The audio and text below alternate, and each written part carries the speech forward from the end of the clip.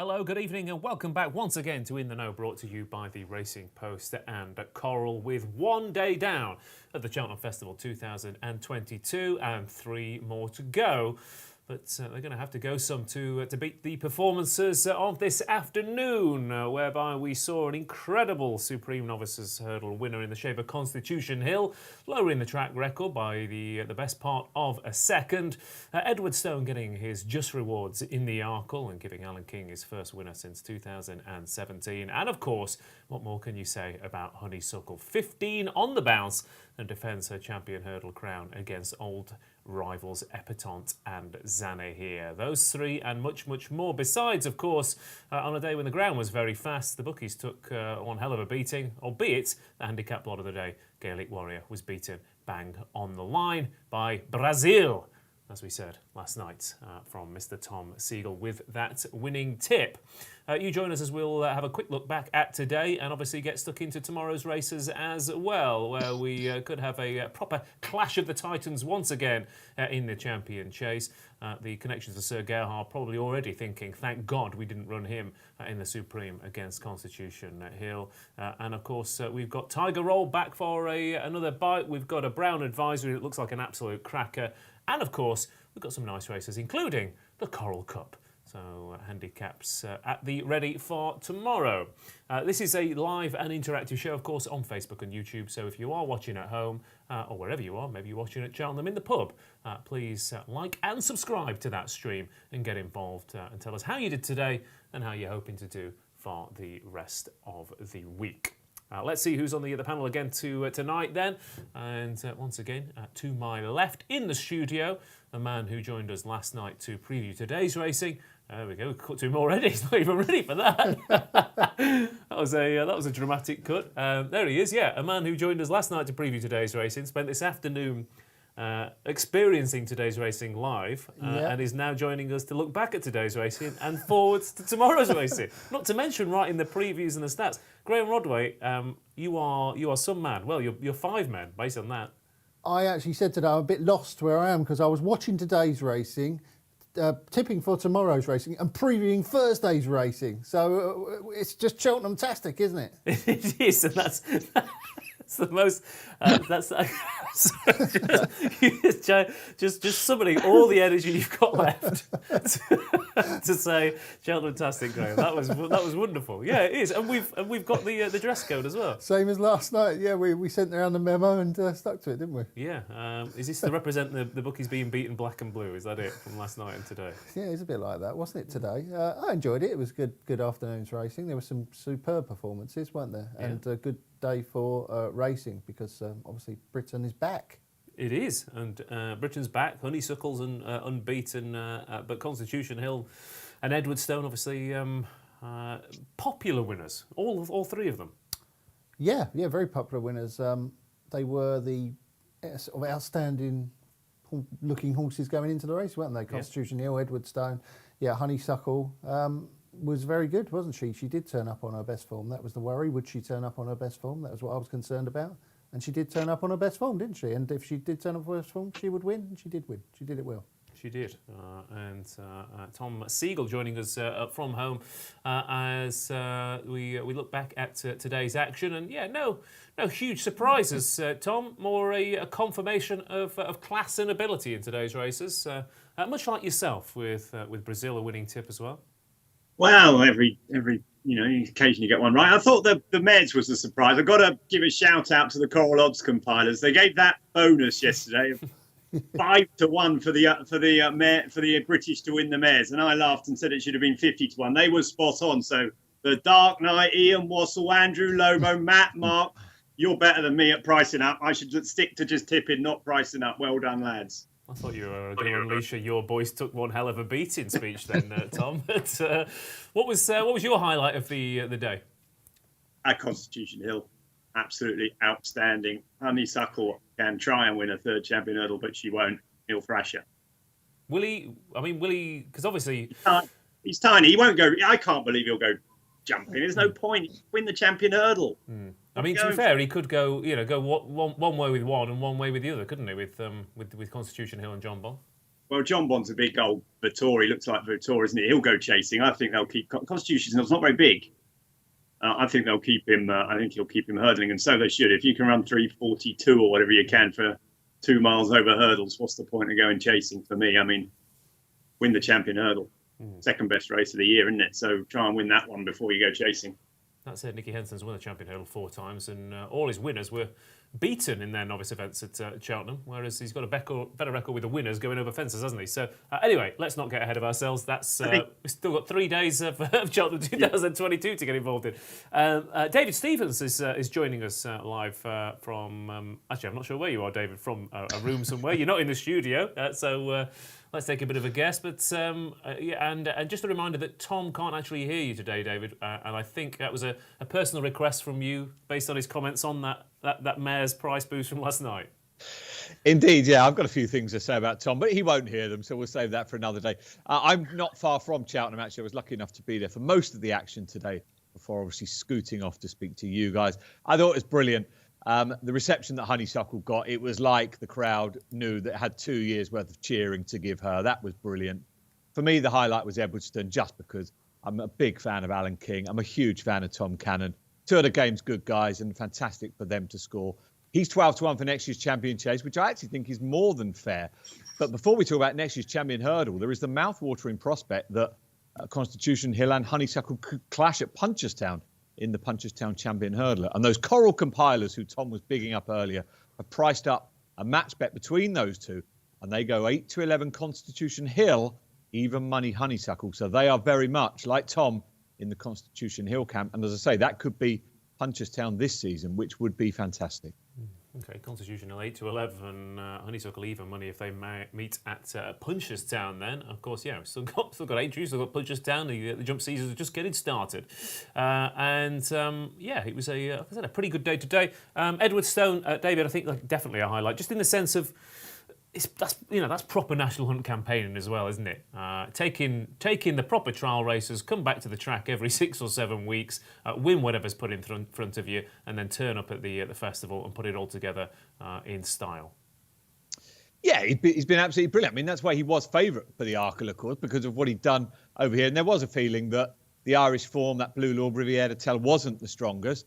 But, I mean, it was a race that went horribly for Tom Cannon in large parts. He got hampered early on. He got banged over two out. None of it made a difference. Tom was as cool as a cucumber and got the job done. And we said it before a few weeks ago on this show. Alan King, give him the ammunition. We know he can deliver at this festival.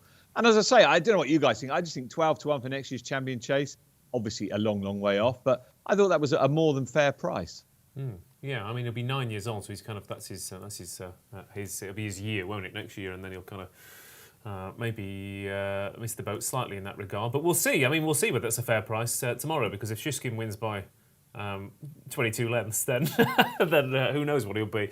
But let's get on to tomorrow, because we have 7 more races to get through, and of course we've got some fantastic contests coming up. And if you want to get all the stats, the details, the replays, the tipping, the results, the analysis, whatever you want, stay ahead of the field. £9.99 for your first month if you sign up now to the Racing Post Members Club. So get involved on that. And the man to my left, as I said, has analysed every race, left, right, and centre, pretty much. So let's see what he has to say about the Ballymore tomorrow, which is the first race of the day on day 2. And Sir Gerhard, of course, who was well fancied for the Supreme Novices, and like I said, the connections will be thinking, thank God we swerved the monster that was Constitution Hill and go for the Ballymore. He's 4-6 to win, stepping up in trip. 3 Stripe Life, the old rival, is 11-2. Journey with Me, 13-2. Stage Star is 8-1. I Am Maximus is 16-1. What do we want is 20. Scarface 40s, and Haxo is 100-1 outsider of the bunch. Going to have to come to you for this one, Tom, first, because all winter you were saying Sir Gerhard was possibly the best novice hurdler we've seen this season. You might have to kind of change that after the first race today, but they've gone for the Ballymore tomorrow. He's 4-6. He's up in trip. Obviously, he's not your kind of price, but what do you expect from him tomorrow? Just don't know. I don't know. He'll stay the trip. There's a bit of rain around it. Earlier in the week, on Monday or yesterday, they was talking about a lot of rain. I think that has receded, and I think they're only going to get bits and spots, but there's some rain around, so it'll be interesting to see what comes tomorrow. I think he's a fast horse. He's bred to be fast. His flat pedigree.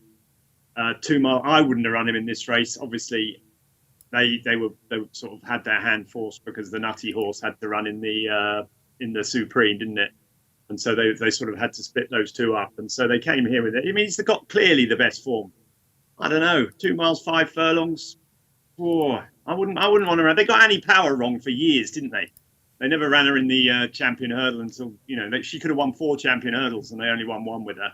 So it wouldn't be the first time they got it wrong. I'd take him on at 4 to 6, just on the stamina grounds.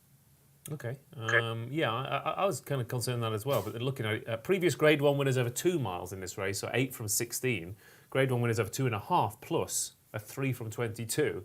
Albeit that has been enhanced by the last couple of seasons. But yeah, he is 4 to 6. Again, the improvement is priced in already, and it's a nice each way shape if you don't fancy him, Tom. So what's the angle? Yeah, well, I mean, if there's a bit of, I like Journey with Me's a bit, but I don't think his form was given a massive boost by Kilcrup today. So he might got a bit to find. I wondered whether one of those big price ones, maybe an I Am Maximus. Nicky Henderson's horses ran really well, first and second in the other novice hurdle. Marie's Rock won today, didn't she? She caused a surprise. I like Hillcrest a lot, and he gave him a bit of a race. I think the faster the ground, the better Nicky Henderson's horses tend to run. So while I haven't actually tipped him tomorrow, I was the drier the ground, the better he'll go, and I think he could be the one to play each way against the favourite. I Am Maximus. Okay, Maximus, who travelled all over Hillcrest, didn't he? And it might well be by Friday. We see that was quite a big performance. Ian Cruz at home says Stage Star in the Ballymore should never be rated £7 lower on official ratings than Sir Gerhard. Stage Star, who won the Challow. All 18 Challow winners to come to this race have been beaten Graeme Rodway. Yeah, including Denman, wasn't it? Famously, was one of them. For Paul Nicholls. I think the right piece of form is the Sir Gerhard form, and obviously Free Stripe Life was second to him. Every time I've seen Free Stripe Life this year, I've been thinking, he wants further. He'll definitely come into his own over further. Sir Gerhard does look like a speed horse, but he was beaten so easily, wasn't he? Sir Gerhard pretty much thrashed him. I find it very difficult to believe that Free Stripe Life can reverse the places. I think that they'll probably finish first and second with Sir Gerhard winning. Actually, I think he'll stay. The thing that worries me more is that there are more hurdles, aren't there? Yeah. And he didn't jump very well at Leopardstown. He smashed several of them out of the way, I thought. And the extra hurdles pose a bit more of a test of jumping, albeit they might not be going quite as quick as they did in the Supreme today, of course. They went nuts in that race. I don't think it's physically possible to go faster than they did in the Supreme. I started to think Eyesight Dynamo might win a lock-in rather than a champion hurdle based on that. Well, there's rumours today, before today's race, that they have to get flat horses in to work with Constitution Hill just to get him off the bridle. He's that fast.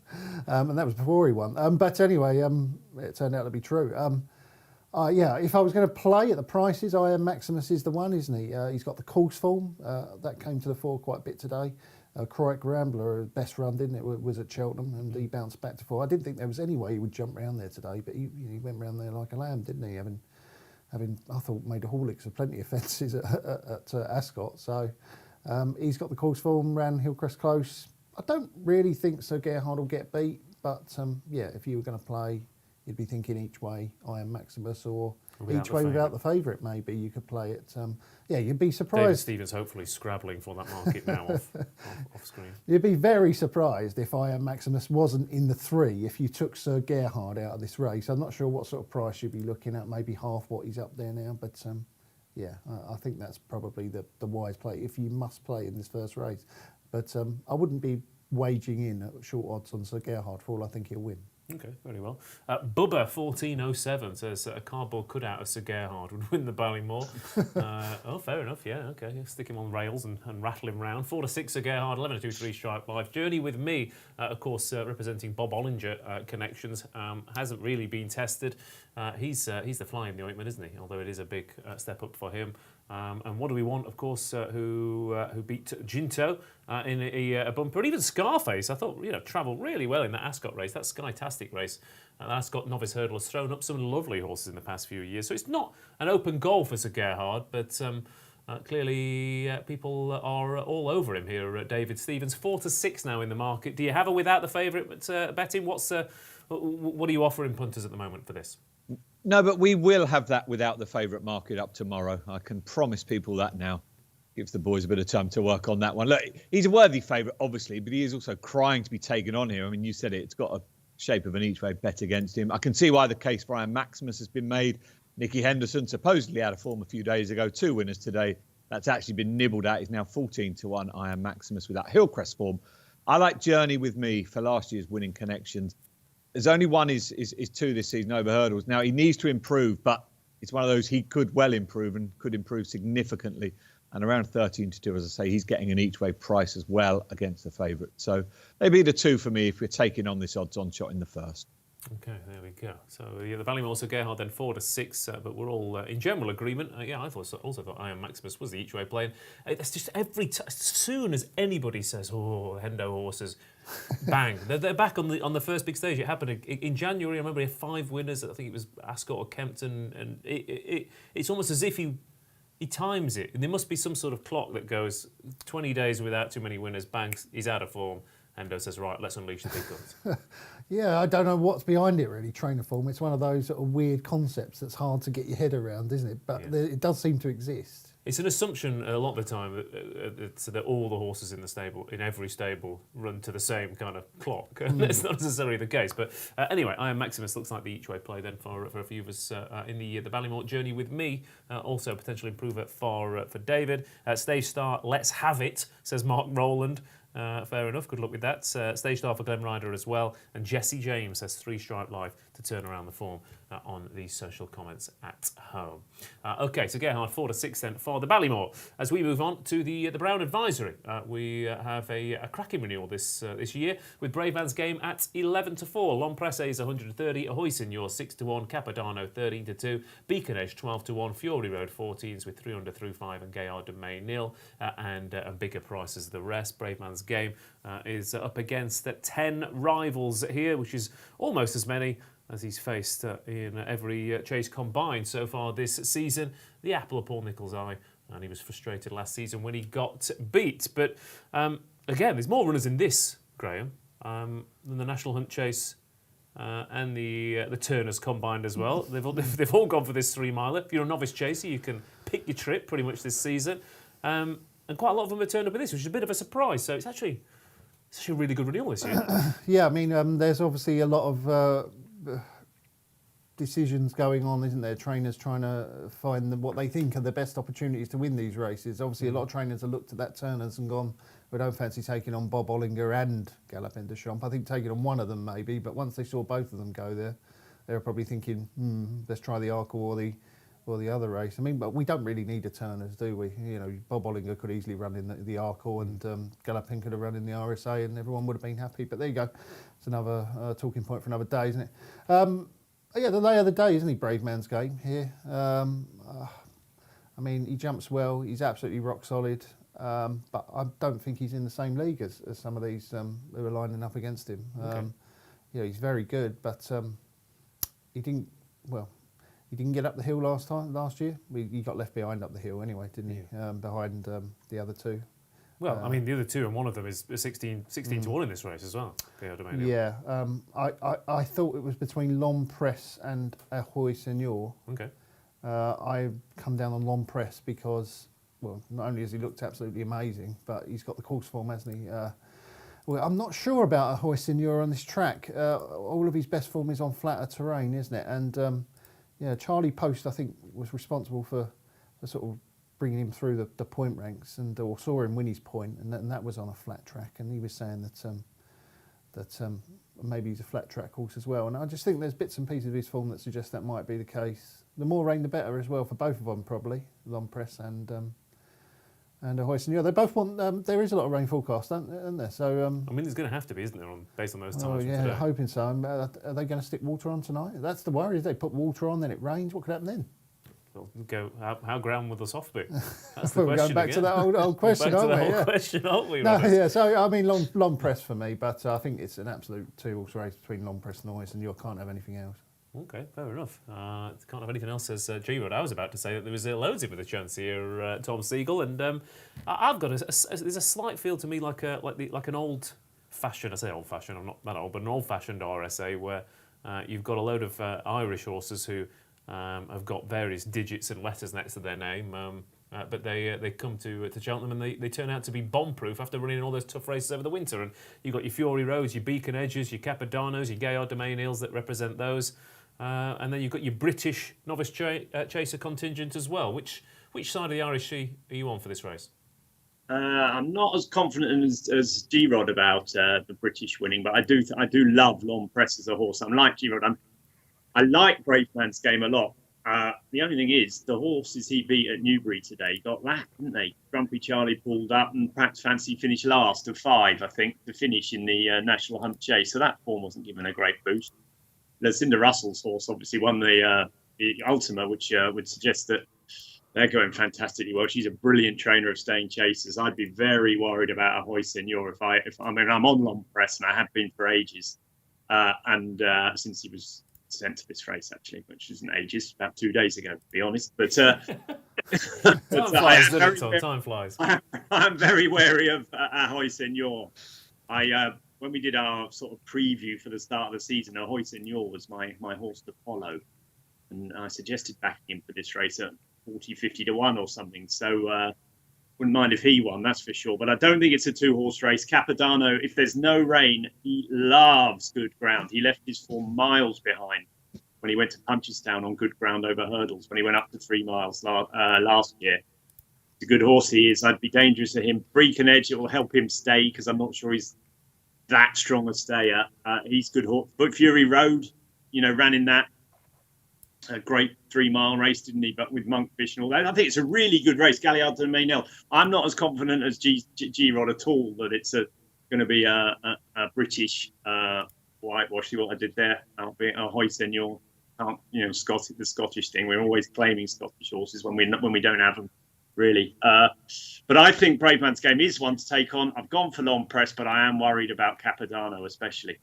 Okay, yeah, Capadano, who was a bit of a soft unseat, wasn't it, last time out, and obviously gave Bob Ollinger a little bit of a fright. But yeah, I think I'll probably end up dutching Beacon Edge and Fury Road here, who were both very talented hurdlers. I mean, what we noticed, for example, the Arkle today, Tom, of the horses that stood up, the first 3 home were the top rated in the race, and Fury Road is rated 160, £4, only £4 inferior to Brave Man's Game. Yet one of them is 11 to 4 and one of them is 14 to 1. Obviously, that Gabinaco form looks pretty good as well. Beacon Edge has beat Fury Road, so there's a bit of that tie-in. But yeah, they look like the proper sort of your weapons amnesty, war of attrition type Gigginsdown novice chasers from 10 years ago or so. So Beacon Edge and Fury Road I thought were very interesting. Stevens 99 says jumping the Woody for Ahoy Senor, not the track. Albeit, I think he jumps better on better ground. The weird thing about Ahoy Senor is he jumps right-handed, but all of his form is on left-handed tracks. Yeah. So it's really strange. Yeah. I wonder. The right-handed thing is a slight problem, but it's looked more pronounced on softer ground, hasn't it? Carlisle, Kempton in particular. Yeah, it's looked that way. Yeah, that's when he's both got beaten, hasn't he? At Carlisle and Kempton, which is amazing. He's obviously well below form at Kempton, I think. Below form. But they were both very right-handed, but they were also both very soft ground, so it could maybe that. But will it be very soft ground? How soft will the ground be? Well, how ground will get the that soft right? be? Yeah, got that right. You got it right this time. Yeah, there you go. Because I was trying to get it wrong. That's why. Matt Gardner says BMG was giving bundles of weight last time, underperformed and still won. He will be banged there.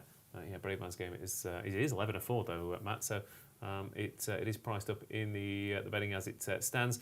And just one more to mention as well will be 300 through 5. If we went for Brave Man's Game, the Nichols team would be thinking, we've got a proper 3-mile novice chaser here. Yeah, I think he's an underrated horse actually because he sort of carries his head a bit funny, doesn't he? And he wears the noseband. I think a lot of people have taken a sort of dislike to him for no apparent reason really because he just keeps winning, doesn't he? He stays very well. I think he's a little bit short of this class, but we'll see. Yeah, okay, very well. 300 through 5 is a 14 to 1 shot. David Stevens, what have you got up your sleeve for the Brown Advisory? 11 runners, a favourite Brave Man's Game that in graded races has been a bit of a bookie's friend going off a shortish price and getting comfortably beaten. What did you make of this? Yeah, first thing to say, we are 4 places each way on this. It's that wide open, so that's good. Brave Man's Game is favourite, but he's easy to back. He's sort of out to 11-4, was 9-4 earlier. And I can see why. I think Matt Gardner made the point there. He did carry a lot of weight last time, and the Nichols string generally were out of form when he won at Newbury, so he did do well to win that one. But I think he's crying out to be taken on. I'm a huge Long Press fan. Not dissimilar to Edwardstone. He's won the right races, the Dipper, won the Grade 1 at Sandown as well. He comes here with terrific credentials. Ahoy Senor, again, a bit like Tom, I'm a huge fan of this horse ever since he won at Aintree at a big price. I could see him reversing form with Brave Man's Game. But if you fancy the Irish, and let's face it, this is a rare race that the British dominate in a betting point of view. We've got our first price boost of the evening, and this is an Irish winner. So you've got 6 of the field running for you. Was 6-4, is now 2-1. So 2-1, you get all 6 of the Irish running for you, which at the Cheltenham Festival at the moment doesn't sound too bad. No, 2-1 out from 6-4, an Irish train winner of the Brown Advisory then. With, like I said, I quite fancy Beacon Edge and Fiore Road to run well. Just a quick word on Long Presse and Gael Domain Nil. Again, I know Tom Segal completely ignores all these stats, and rightly so. French breds, 0 from 36 in this race since 2006. It usually goes to those proper staying National Hunts bred horses. But you're going to ignore that, aren't you, Tom, and hope that Long Presse wins? I am totally going to ignore that, Ross. You're correct. And you are correct that I hope Long Presse wins as well. So 2 out of 2 for you. There we go. Thank you so much. Set a steak knives if I get another one. Graeme, what are you tipping? Yeah, I'm with Long Press as well, Ross. Okay, very well. I will go with Fiore Road and Beacon Edge against the field here in the Brown Advisory. David Stevens? Well, I was in the Long Press camp, but I, unlike Tom, do take notice of that stat you've just given us about the French breds. There must be a reason for it. It's going to slightly switch me towards Ahoy Senor, so that's good news for Long Presse backers. Okay, there you go. Ahoy Senor, of course, Spanish bred, as we know. Brave Man's Game, completely, pretty much every single opinion on the chat. It's either lay of the day, an absolute certainty, a mug bet, or a huge price. So that tells you all you need to know about this race. Alex Jeffrey says, let's go for Beacon Edge for the Irish runners then. That's the Brown Advisory. Could be an absolute cracker tomorrow at Cheltenham. And next up, we've got the Coral Cup, a big field handicap here, albeit won by a wide margin last season in the shape of Heaven Help Us, who popped out in front and led them all a merry dance. And St. Felician is 6-1 favourite here to potentially do the same for the Irish. Gordon Elliott and Robbie Power teaming up. Good Risk At All hasn't got into the race. Camprond is 8-1. Drop the Ank at 9s. Unexpected Party at 10-1. The Shunter at 10s. Indigo Breeze 11s. Gowl Road 11-1. And bigger prices at the rest. Tom Segal, over to you, because Irish trained handicap hurdlers has been a pretty profitable angle for the best part of, well, years, I guess. And it was an angle that you followed to profit at the weekend as well. Will you be dancing the same dance in the Coral Cup? Yeah, I'll be on the Irish in the Coral Cup for sure. Yeah, I mean, my original fancy and still my main fancy is Drop the Anchor. I hope he gets a bit of rain because I think he'd like it, but I think the step up in trip is perfect for him. He was dead unlucky last year in the county hurdle. I think he would have been right on the heels of the winner of Belfast Banter if he hadn't been chopped off coming around the home bend. He finished really well. Then he ran in the Liffey handicap hurdle at Leopardstown over Christmas and flew home again from an uncompromising position. Like a little bit of giving the ground maybe, so he wouldn't want to get too quick, but the step up in trip will probably counteract that, and I think he's going to go really well. Yeah, I like him. The other one I like, I don't really like St. Felician. Can I go there first? Gordon Elliott, he had a couple of seconds late on, but I don't think they ran brilliantly, his horses today, but that could all change. Obviously, it only takes one winner. But thought he, he's 3 runs into a Coral Cup, all soft ground, fast ground maybe here if it doesn't rain. 6-1 looked plenty short for me. The other one I liked was right out of left field, Fast or Slow. I'm hoping he's fast because they won't win if he's slow. He was a good 3-year-old. Handicap hurdler in France, ran against Grade 1 horses and with great and ran really well. Was second to one that gone on to finish second in the Hotel Grade 1, and then he came over and ran his first race in after about 2 years off, and he ran at Punchestown and he chased home Lifetime Ambition, but he came from miles back, and there were loads of good horses in that race. Panda Boy and loads of ones that have gone on to win off higher marks, and he's racing off here. He's run twice since. wore a hood last time, and he ran in that Liffey hurdle. He finished right behind, 3 or 4 lengths behind Surprise Package. He clearly wants to step up in trip. The hood's off today. I don't like hoods. Taking that off, I think, is a big plus for him. Got tongue tie on, and I thought it was significant that on the Ballymore day, he sort of came here as being owned by Ballymore, sort of under the radar for the Coral Cup. This will have definitely been the target. And I'm a huge Martin Brazil fan. I think he's mustard, isn't he? Longhouse Poet, Panda Boy, number 6 Valverde, City Island. Big race. You want him on your side. Fast or slow for me? I'm hoping he's fast. Okay, yeah, Martin Brazil. Then he's having a cracking season, isn't he? 13 winners in the Irish Jump season this year, including, like you said, Longhouse Poet, who won that bomb-proof Thyestes earlier on in the season. So decent prices there. Yeah, St. Felician is a funny one. One of those ones that could it be a Galloping de Champs or could it be a Gentleman de Mee? Very similar profiles in handicaps last season at the festival, and one went one way and one went the other. But there are other Irish horses as well. I thought.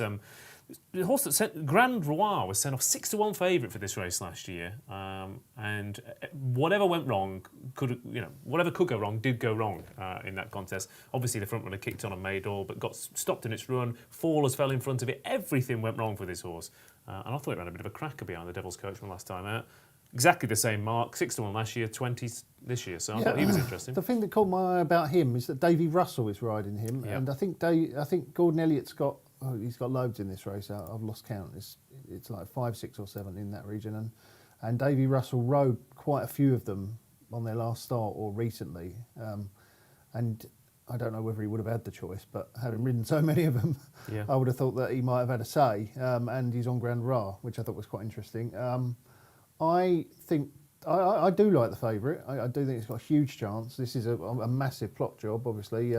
This was one of those ones that Gordon Elliott entered up in a race in Britain in the middle of January to get a look at what his mark might be. The Gaelic warrior approach. Yeah, to see what he's handicapped. He had no intention of running in that race in Britain, of course. He just wanted to see what mark he had to work with, and then he put him back away. And the mark is the same. It hasn't gone up. It's stayed exactly the same as what they gave him that day. And yeah, he's entirely unexposed, isn't he? And finished second to Durasso. But the one that I am going to back is the Shunter. Obviously, he's a big sort of festival horse, isn't he? He is the best horse in training, according to Hugh Masson. I think best horse in training. Yeah, I think that might be profit-based wisdom there from Hugh Masson in the past. I just get the feeling he's this kind of horse that when it gets to Cheltenham, Aintree, Punchestown, all the big ones, he's going to turn up and go very, very close to winning. A bit like Get Me Out of Here and alikes, because that's what he did last year, wasn't it? And they picked and choose and find their right races with him. They did the double, didn't they? More battle, one over hurdles, one over. Now they're coming back over hurdles. I think he's £5 lower than his chase mark. Yeah, and obviously there's a bunch of McManus horses in there, and Mark Walsh is on him. Yeah, you want to be on Mark Walsh's one, basically. Is what the stats tell you. You want to be on Mark Walsh's one and 10-1 or shorter. So he's currently what? Well, 10-1 exactly. Spot on, perfect. So the Shunter for you then. The Shunter, yeah. All right, okay. Plenty of people elsewhere with different angles. Unexpected Party. A couple of people fancy that, and. Hugh Masson says Don Levant 12 places, Ross. Yeah, of course, the old Don Levant running onto a place angle is absolutely bomb-proof. Kieran Catterson, good evening to you, Kieran. Says I managed to get 16-1 for San Felician. Connections like him, meant to be a very nice one, even if it has less experience than most. Yeah, backing that at 16-1 is a shrewd move. The price has somewhat gone now, though, at 6-1 for St Felician. But David Stevens, the Coral Cup is as ever an absolutely cracking renewal. Heaven help us, bolted up last year. Heaven help us, the phrase for bookies after this afternoon's results. So, what have you got? How many places? And do you have Don Levant to finish in the first 12? We are 6 places, and Don Levant is 33-1 with those 6 places each way. San Felician has been well backed. Ange Post, as we saw there, the guy saying he got 16-1. Campron's another one that's been well backed. And as a result, Graham's tip there, the Shunter, is actually now out to that 10-1. Was shorter earlier on. Should just say we are best price guaranteed from tonight. So if you have a bet tonight and you are bigger tomorrow, you will get the bigger price. Couple I liked, I agree with Tom. I know he can't hear me, so it won't matter. I like Fast or Slow as well for the reasons he says. And as he quite rightly points out, he'll have to be fast. If he's slow, he can't win. And I also thought Unexpected Party for the home side, Dan Skelton, won really well at Ascot. Got a big hike for that as a result. But Dan a master with these Cheltenham handicaps. So you need a couple of goes at least in this race. And they'd be my two against the field. But Graeme, I agree with everything he says about the shunter in terms of this being the target. The jockey booking is, of course, a pointer as well. And if you do like the shunter, or indeed Campron, or Drop the Anchor, JP McManus, I think he's got 4 in this race. He's the next price boost for tonight. JP McManus to win this Coral Cup was 2-1, is now out to 5-2. So you'll have a few good ones running for you in the Golden Green. Okay, JP McManus then to win the Coral Cup 5-2 out from 2-1. And Tom, I know you couldn't hear David, but he said you're an absolute genius and that everything you said was 100% correct and you don't get paid enough. He's spot on. That's another one thing he's got right. Lovely stuff. JP McManus, the winner of the Coral Cup. Then other horses just to throw in here, the likes of Indigo Breeze, who's got some half-decent novice form. Of course, McFabulous, which we spent he's pretty much the best part of 2 years saying he's not a graded horse, and they finally run him in a handicap here. And just a shout out for Ashdale Bob as well, who's got a bit of a petit mouchoir run really well last year at the festival, and Ashdale Bob's similar-ish, been getting those ratings in decent races. Also finished one place ahead of Classical Dream, and I really, really want that form to be franked ahead of the stayers on Thursday. So I will be hoping that Ashdale Bob and Graeme Roy run big races in the Coral Cup. Rodders? Yeah, I'm with the shunter, and I'll have a saver on the Fav, St. Felicien. Okay, the shunter and St. Felicien. Tom? I've forgotten now.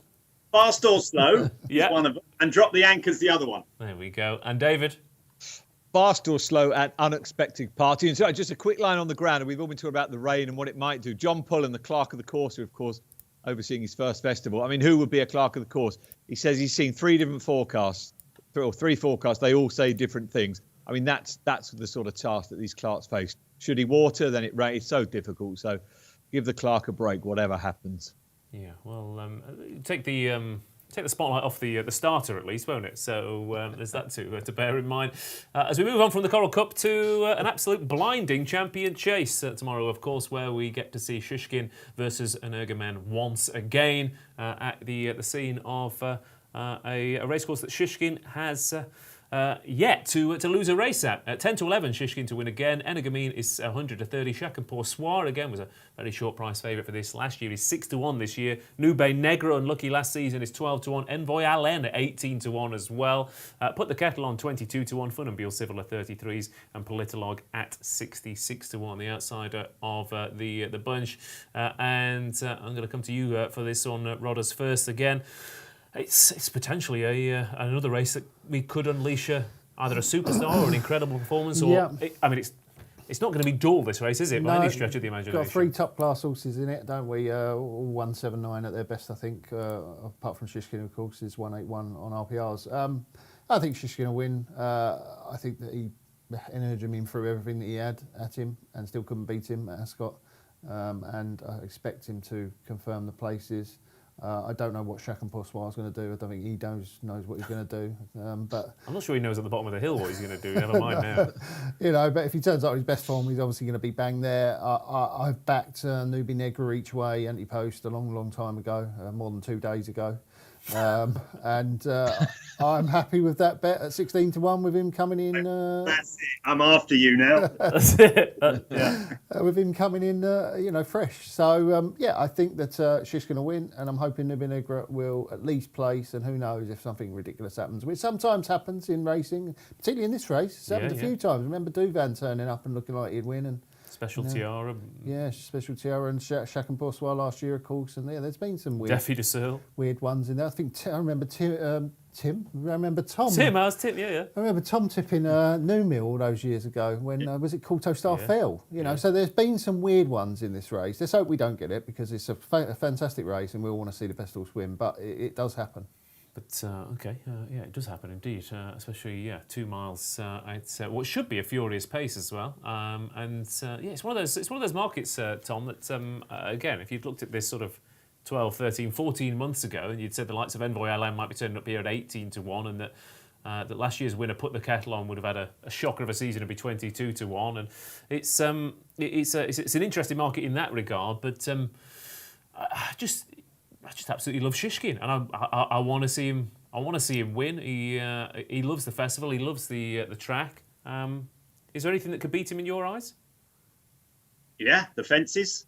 Yeah, he can make mistakes, can't he? The thing is, I think you put the nail on the head by saying it's going to be a furious pace. I think the two Willie Mullins horses are going to try and get Shishkin jumping badly. I think that's the one chance they've got of beating him, is by going very, very hard. I don't think they're going to want to be sitting behind Shishkin at any stage of the race. So I think they'll go really hard. You've got to put the kettle on in there as well. I think they're just going to go as fast as they can and hope that gets Shishkin out of his rhythm. It's possible. He didn't jump brilliantly at Ascot the other day. Made at least 2 mistakes, I thought. And if they go really hard, and there is that chance that they could get him at it. If that's the case, I'm with Rodders. I think Nuba Negra's a cracking each way bet, because I think provided there isn't loads of rain. If it's loads of rain, it sort of negates his speed. But I think he's got tons of speed. When he beat Altior last year, everyone said, "Oh, Altior is this, Altior is that." He was brilliant. He cantered the whole way round, and then he just absolutely thrashed him. And then he came out and won the Schlur at the start of the season, looking like a brilliant horse again. You have to realise that he's got to go fresh. I mean, he's just a totally different horse. I could see him running a really big race here. I wouldn't be surprised if he's second to Shishkin, and if Shishkin makes mistakes, he can beat him. He'd be my bet, definitely Nuba Negra, but I do think Shishkin will win.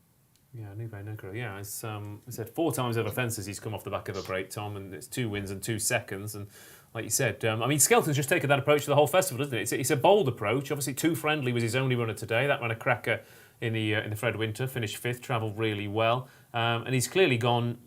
His record with getting horses ready off the back of a break as a trainer in general is fantastic, and he's just thought, well, I'm going to play to my strengths, and we'll come to the festival ready and raring to go.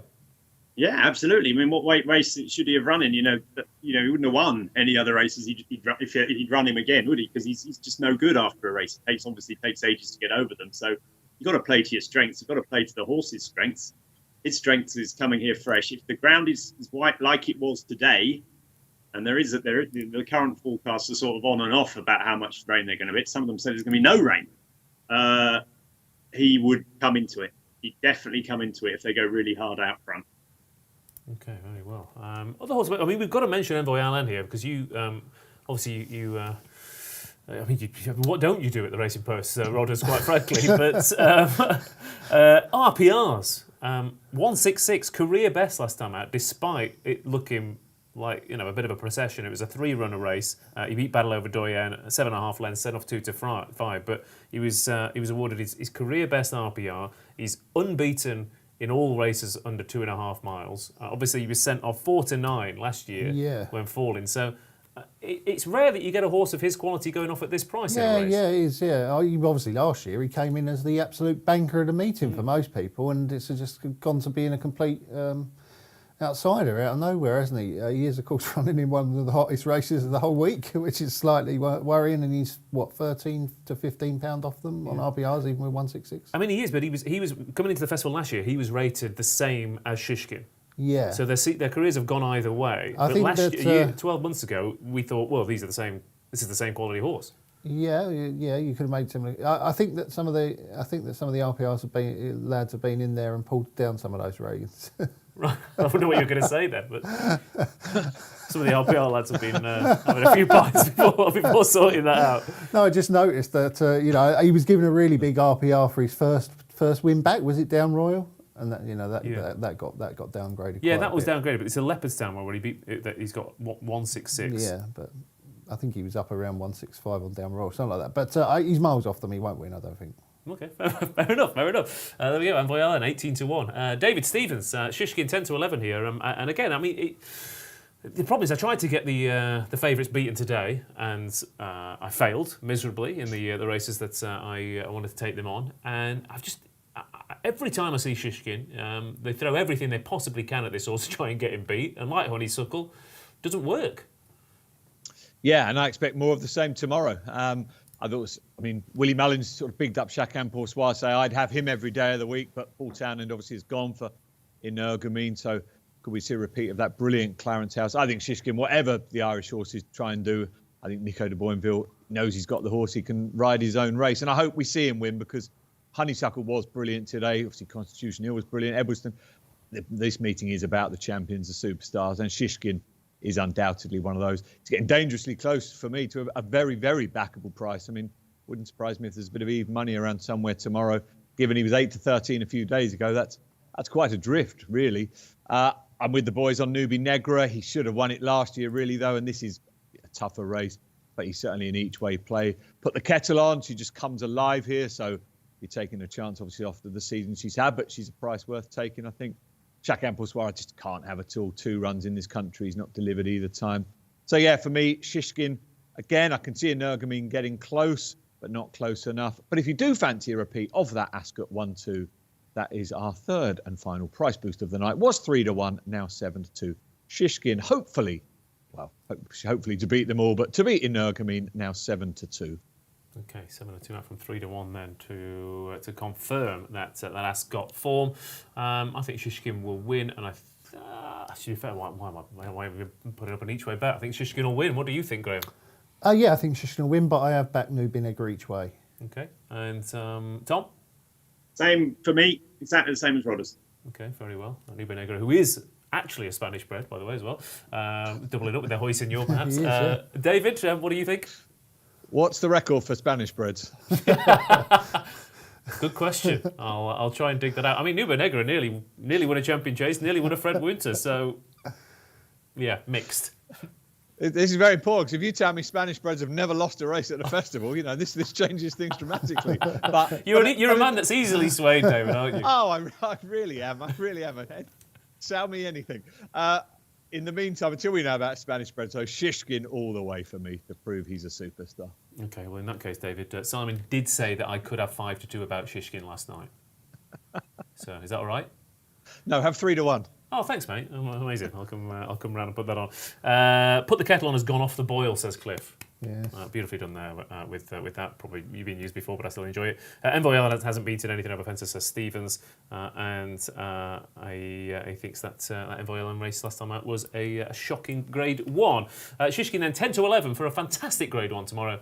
Another Battle of the Titans in the Champion Chase. 3 more to go then as we move on to the Cross Country Chase, where Tiger Roll is 13-8 favourite, Delta Work is 6-1, Prengard is 7s, Shady Operator 10s, Easy's Land is 12-1, Diesel Delier is 14-1, Brahma Bull 20s, Back on the Lash is 20-1, and it is bigger prices the rest here for the old love it or hate it Cross Country Chase, but as ever, Tom Segal absolutely loves it. And Tiger Roll is bidding, Tom, to equal Corvega's Cheltenham Festival winning record. And he might not go back to Aintree to win a Grand National again, but it'd be nice to see him win by, I don't know, maybe 23 lengths just to cock a snook to Constitution Hill. He's a brilliant horse, and he's absolutely been a superstar. Love him to win. I think he almost certainly will. Well, not certainly, but I think he's got a massive chance of winning. What's going to beat him? Delta Work is clearly a very good horse. Won 5 Grade 1 chases. Was beaten 5 lengths in a Gold Cup. If he took to it and loved it, then yes, he's got the class to give him a race. The only thing is he's never run over the bank's fences, hasn't he? So we don't know what we're going to get with him. Prongard, the last time Tiger Roll met a 6-year-old from France in this race, Easy's Lands absolutely walloped him. So Prongard is potentially a danger, but I don't think he had the same sort of level of form as Easy Lands when he came over. Had a school round the back the other day, and could be anything. But what do you do about him? He's going to have to be a superstar to beat Tiger Roll. I think the each way bet is Shady Operator, who's been running really well in these races. Further he goes, the better he is. Better ground, the better he is. He got beat last time by the other Edna Bolger horse, Midnight Maestro, but I think he'll reverse that form on the better ground. I think he'll run well. I think he's the danger each way with Derek O'Connor on. So I think Tiger Roll will win, and I think Shady Operator is the each way bet again. Okay, Tiger Roll at 13-8. Shady Operator is at 10-1. Davy Prodigy says Shady Operator to to shoot Bambi. Okay, yeah, fair enough. Yeah, okay, there we go. Shady Operator is a 10-1 shot.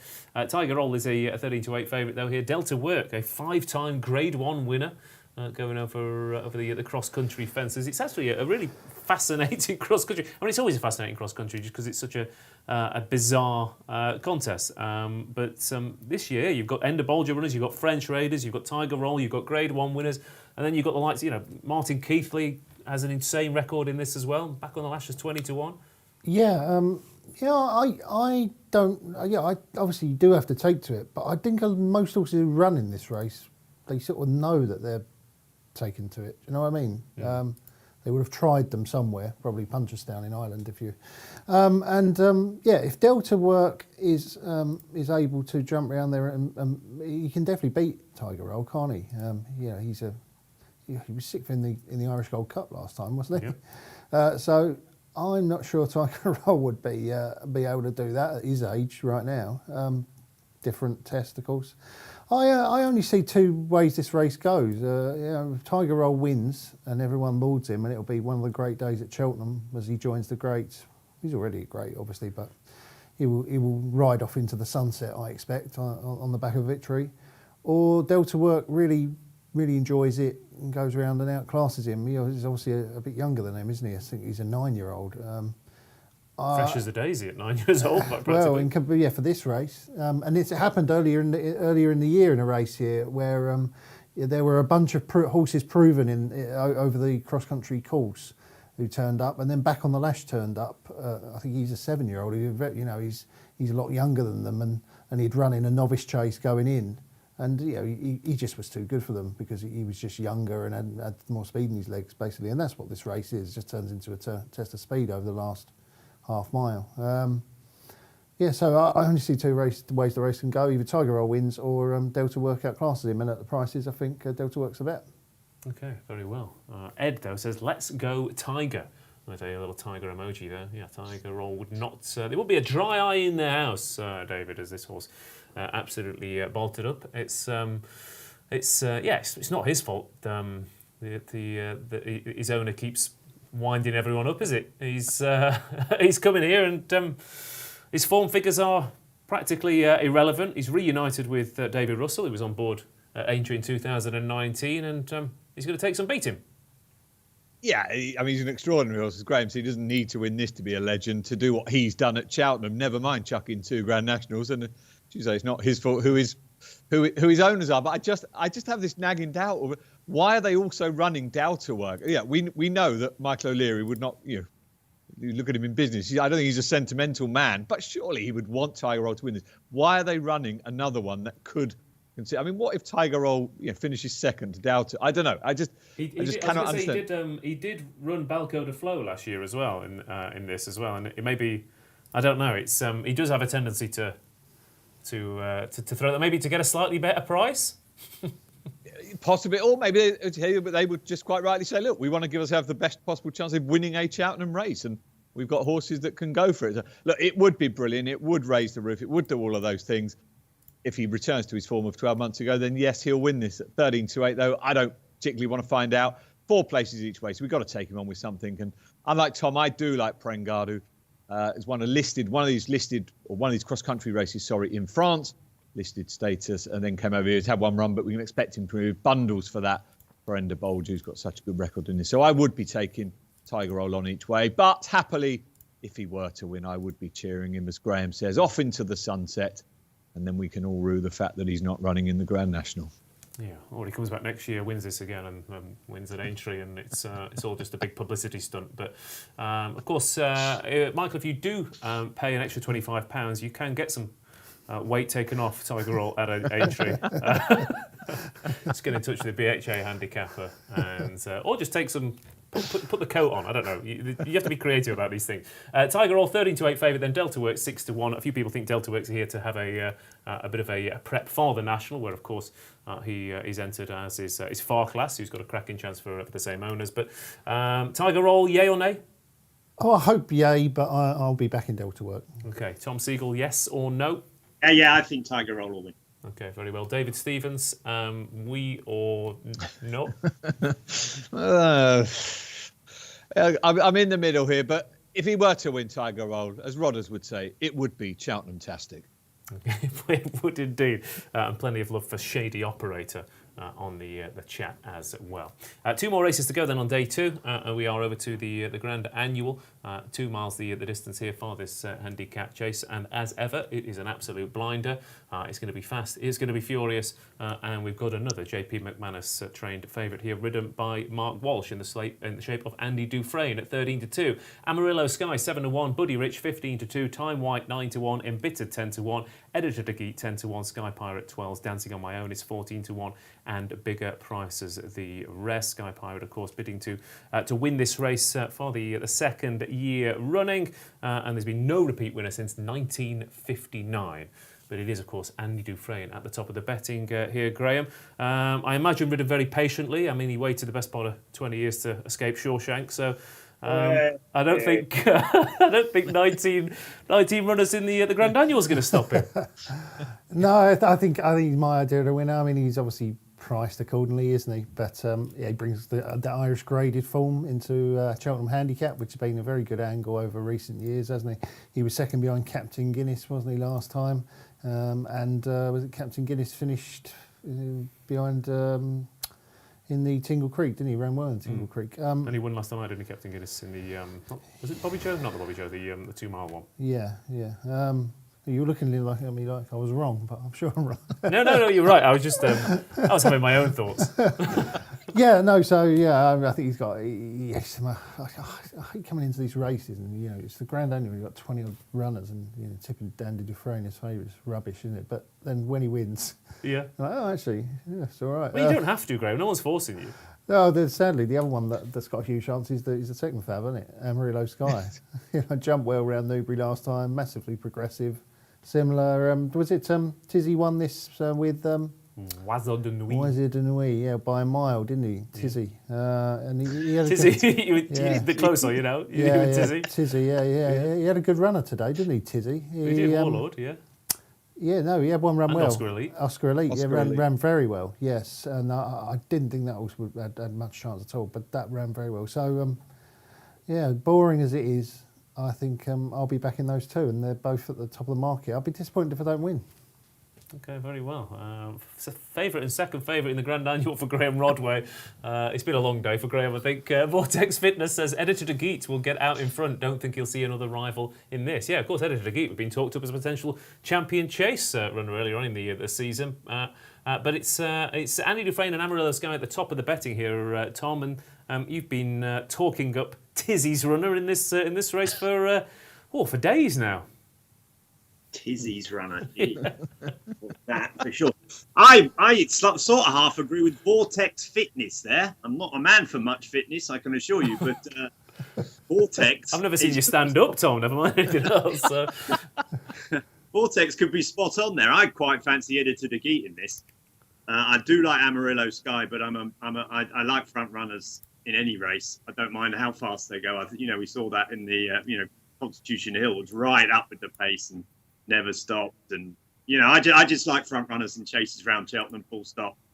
I think he's got 4 pleasure to take him on, but I don't think he'll be able to go with Editor de Geet. And if the ground stays as it is, I'm a massive fan of that horse. I think he's a brilliant jumper. He's won 4 of his last 4 completed starts. He's 2 from 2 at Cheltenham.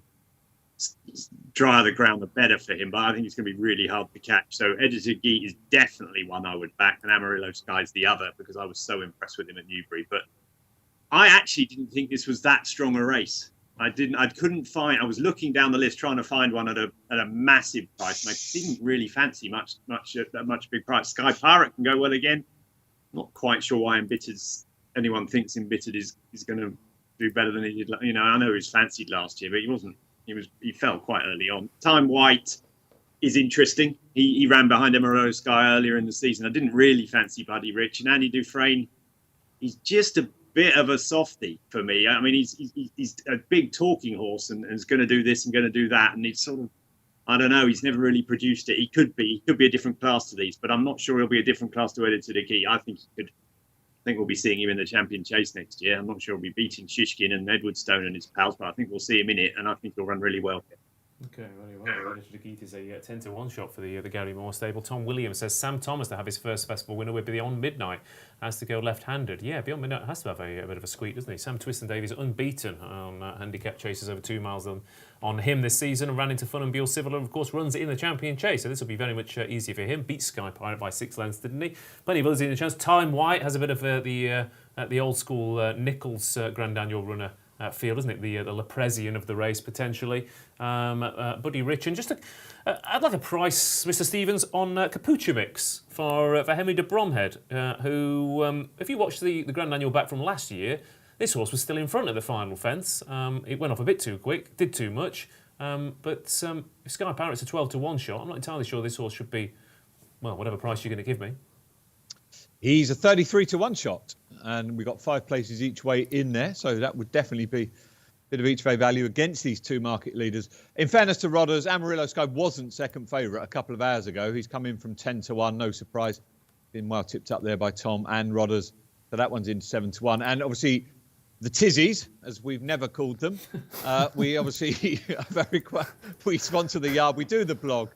And Joe has put Amarillo Sky up as their best chance of a week. Now, the likes of Warlord and Oscar Elite ran really well at big prices today, so the horses are running well generally. So Amarillo Sky, a lot of positives after that run at Newbury, and has been backed accordingly. And as I say, he's now in to second favourite, and that's good enough for me. But having sat here enjoying tonight's chat with you, I have missed the price on him. Yeah, you have. And given his name, he might be Spanish bred as well. Who knows? So it's a very Spanish theme for David tonight. Amarillo Sky is a 7 to 1 shot. A quick word for a couple of others. Buddy Rich for Hugh Masson. Time White at 33s for Devo. And Gumball could run a decent race at a big price as well. But Grand Annual, Mr. Graeme Rodway was saying last night that you never get the credit, or quite a lot of the time you don't get the credit for some winners because a Tom or a Paul also tips them, and you're going with Amarillo Sky. And that probably happened today, for example. Like everyone will remember me for saying that Honeysuckle wouldn't win, and that T Hooper would win, despite the fact that I tipped 3 other winners. But everyone will say, he took Honeysuckle on. That happens a lot because people see you in like the ways they want to, don't they? And it depends on chimes on what bets they've had as well, doesn't it? Yeah. So, well, he said it, and he actually tipped every other winner. Yeah, but he got that one wrong.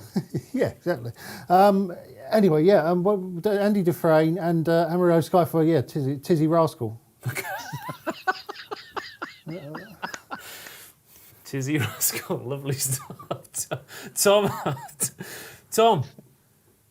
I don't know where you're going. I'm a little bit confused now. Amarillo Sky and Editor. There you go for Tommy Rascal and David. I can't wait to tell Cole tomorrow that his nickname now is Tizzy Rascal. He will love it. I can't. There's no. G-Rod, that's absolute genius. And Helen Sheridan's got in touch to say, is Rodders having an existential crisis? It's a great question. We're only 1 day down for that. And I'll go for Capucha Mix and also Beyond Midnight to run big races in the Grand Annual. Let's round it off with the bumper then. We're 7 minutes late already. We've got about 3 minutes, I reckon, to cover this race. Potentially a couple of superstars. Facile Vega is 6 to 5 up against American Mike at 2 to 1. Redemption Days is 11 to 2 as well, and then it is 16 to 1 bar those. Tom Segal. We've got, in theory, a matchup here between 2 heavyweights. But Willie Mullins runs 7 in this, despite the fact that everyone thinks Facile Vega is the second coming. He ran 5 in this a couple of seasons ago and had 5 of the first 7 home. So it's not necessarily a case, the old adage of when Mullins runs 1 in this, he's got the winner. But the front 2 have looked very special indeed. Yeah, Of course, they have. I think they're plenty short enough. I think Facile Vega especially plenty short enough. Time wasn't very good in the Leopardstown bumper. And I think Kilcruft and Appreciated it won that race just as easily as he did, and they both got beaten in this. Thought Redemption Day looked really good on his day on his debut. I know Patrick Mullins has always thought he is at least as good as Facile on their homework. I think if the ground is like it was today, he might have a little bit too much zip for him. If it's rains and gets into a sort of a stamina test in Festival Vega, I think will be the one. But if the ground is decent, I'd prefer Redemption Day. Okay, Redemption Day. Bit of each-way thievery there, Tom, or just straight on the nose? I probably won't have a bet, if truth be told. I don't really understand bumpers because there's 77 Willie Mullins horses in there that have all won their races. So, but on what I've seen, Redemption Day would be my one. Okay, Redemption Day is 11 a 2-shot. Graeme, Rodway, existential crisis aside, what wins the champion bumper? Or what's the best value in the race?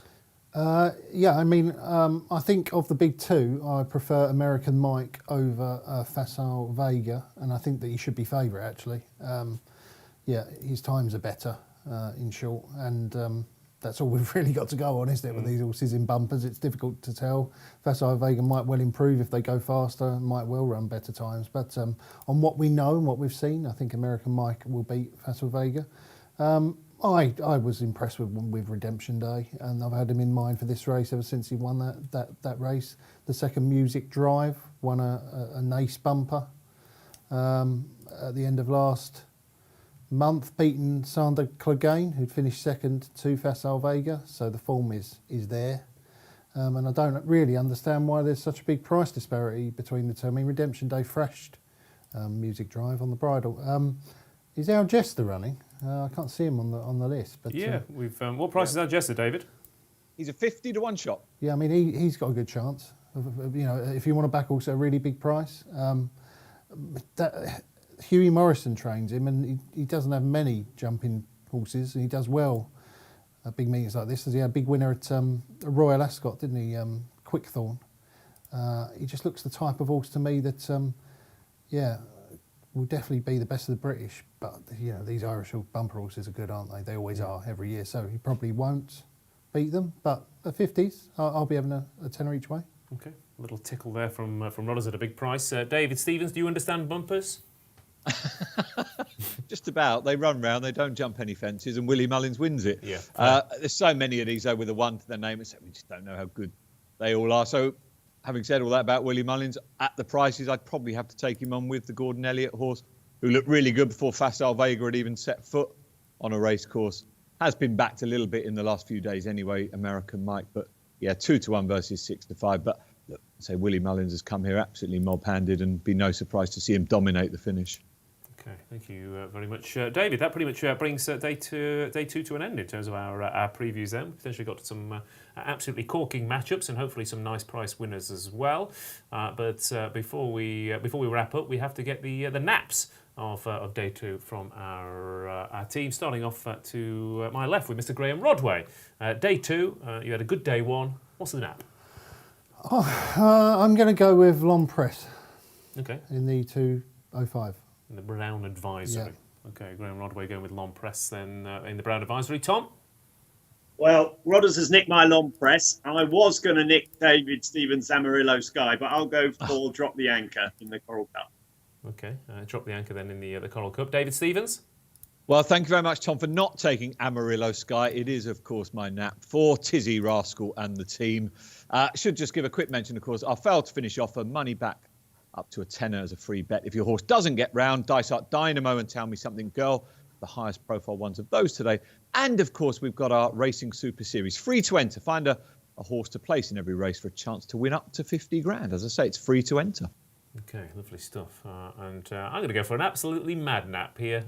2 in the Brown Advisory, 2 in the Coral Cup, cross each way doubles, Beacon Edge and Fury Road with Grand Noir and Ashdale Bob. Why not?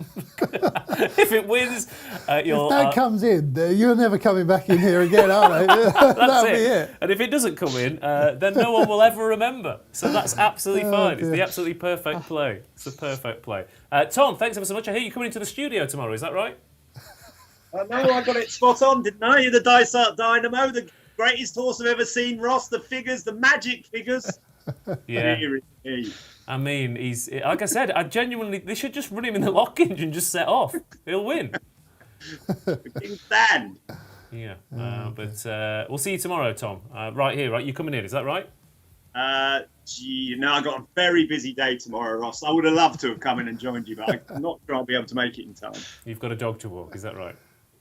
Yeah. Yeah. Okay. David Stevens, we'll see you tomorrow night. I'll be putting some new curtains up in the background for you, Rodders. Thank you. Stuff. Thank you. And Rodders, you're doing 12 jobs tomorrow? Yeah, I'm at the track tomorrow, actually, yeah. So You're the starter, are you? Yeah, I'll be doing some TV stuff and all sorts of other jobs, yeah, but I am actually at the track the next 3 days, yeah. Don't forget, you have to take your own step ladder and flag, so good luck with that. Join us in the studio tomorrow night, where we'll be joined by the one and only Mr. Keith Melrose in the studio. Thanks ever so much. I hope you have a good day 2 of the Cheltenham Festival. Gamble responsibly, enjoy yourself, and see you tomorrow.